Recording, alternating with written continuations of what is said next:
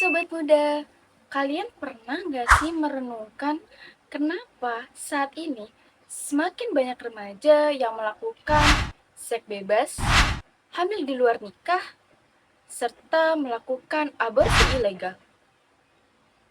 Nah, di video kali ini saya ingin mengajak kalian semua untuk melihat lebih dalam fenomena seks bebas di kalangan remaja. Bukan untuk menghakimi ya, tapi untuk kita pahami serta untuk mencegah fenomena tersebut. Bisa diduga karena tidak mendapatkan restu dari orang tuanya, seorang remaja di Goa, Sulawesi Selatan ditangkap polisi setelah nekat menggugurkan kandungan. Pemirsa, ratusan pelajar SMP dan SMA di Ponorogo, Jawa Timur hamil di luar nikah. Siswi dan siswa SMP melakukan perbuatan asusila karena disuruh temannya. Seks bebas bukan lagi menjadi isu yang jauh di sana. Saat ini remaja dengan rentan usia 15 sampai 19 tahun di Indonesia sudah banyak yang mengalaminya langsung. Data dari BKKBN tahun 2025 menyebutkan 74% laki-laki dan 59% perempuan rentan usia 15 sampai 19 tahun pernah berhubungan seksual sebelum menikah. Kehamilan remaja 36/1000 remaja perempuan. Aborsi ilegal di kalangan remaja diperkirakan 750.000 sampai 1,5 juta kasus per tahun. Bayangkan, ini bukan sekedar salah pergaulan, tapi sudah menjadi krisis sosial. Dan pertanyaannya adalah, apa faktor penyebabnya? Yang pertama, media sosial and pop culture. Sinetron, TikTok, vlog couple, bahkan lirik lagu sekarang sering sekali memberikan pesan yang seakan-akan kalau sayang ya kasih segalanya. Tanpa sadar, seks bebas jadi dinormalisasikan, dibungkus dalam narasi cinta, kebebasan, atau agar tidak tertinggal zaman. Padahal ini bukan soal cinta, ini soal nilai, batas, dan masa depan. Yang kedua, pendidikan seks yang minim. Sekolah masih berpikir seks itu adalah topik yang terlarang.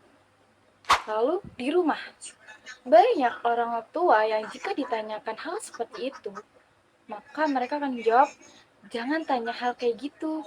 Nah, akhirnya remaja mencari jawaban sendiri dari YouTube, forum anonim, atau konten viral. Yang masalahnya, internet itu bukan guru yang netral. Banyak info yang setengah benar, bahkan menyesatkan.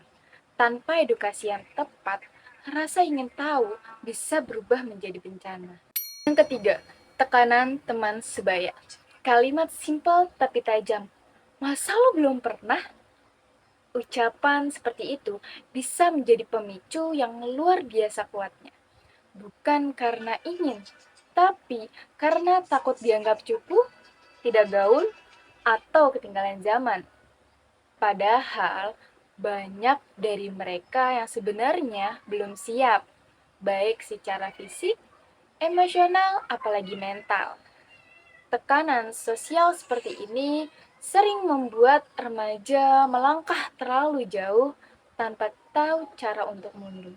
Yang keempat, akses pornografi yang super mudah. Hari gini gak perlu cari jauh-jauh, cuman modal HP, wifi, dan rasa penasaran. Konten pornografi tinggal klik. Sekali nonton, algoritma langsung kasih lebih banyak. Tanpa filter, tanpa kontrol. Paparan ini membuat otak remaja terbiasa, bahkan tumpul terhadap nilai. Lama-lama yang tadinya cuma nonton, jadi ingin mencoba sendiri. Yang kelima, kurangnya perhatian orang tua. Banyak orang tua yang sibuk dengan pekerjaan atau urusan mereka sendiri. Bukan karena tidak peduli, tapi terkadang mereka lupa bahwa anak remaja pun sedang menghadapi masa paling rentan dalam hidupnya. Mereka butuh didengar, bukan dihakimi. Butuh ditanya, bukan cuma disuruh. Tapi ketika rumah terasa seperti tempat asing, di mana tak ada ruang untuk bercerita, mereka mencari kehangatan di luar. Pacar, teman, bahkan orang asing di media sosial bisa terasa lebih mengerti dibandingkan keluarganya sendiri. Dan dari situlah kepercayaan bisa salah arah dan batas pun mulai dilanggar. Oke, sekarang kita lihat fenomena seks bebas di kalangan remaja dengan menggunakan kacamata sosiologi.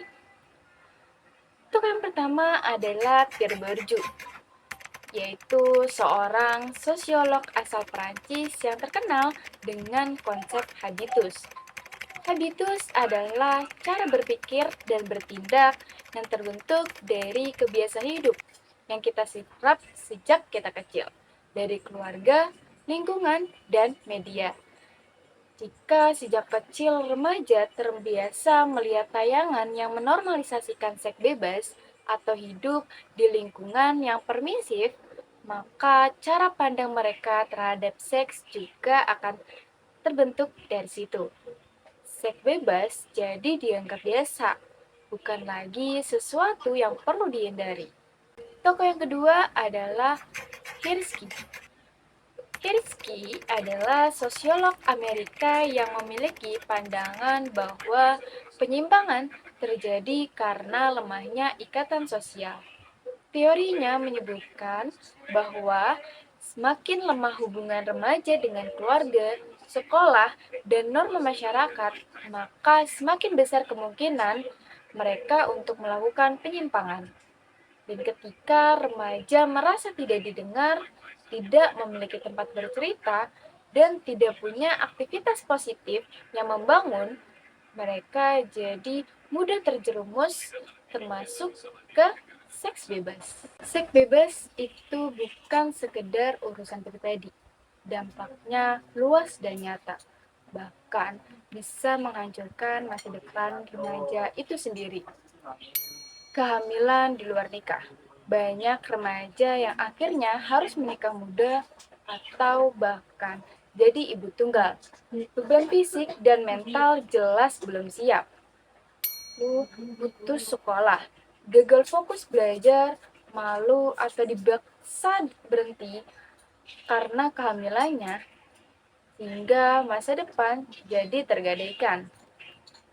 Tekanan mental, stres, depresi, dan trauma. Rasa bersalah, kehilangan arah, hingga gangguan psikologis serius bisa terjadi.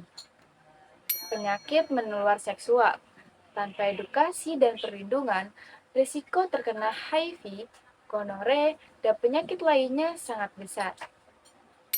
Aborsi ilegal dan berbahaya. Banyak yang terpaksa melakukan aborsi diam-diam karena takut ketahui. Risikonya infeksi, pendarahan, bahkan kematian.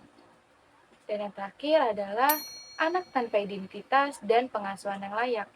Anak yang lahir seringkali tidak punya hak hukum yang jelas dan tumbuh tanpa kasih sayang yang stabil.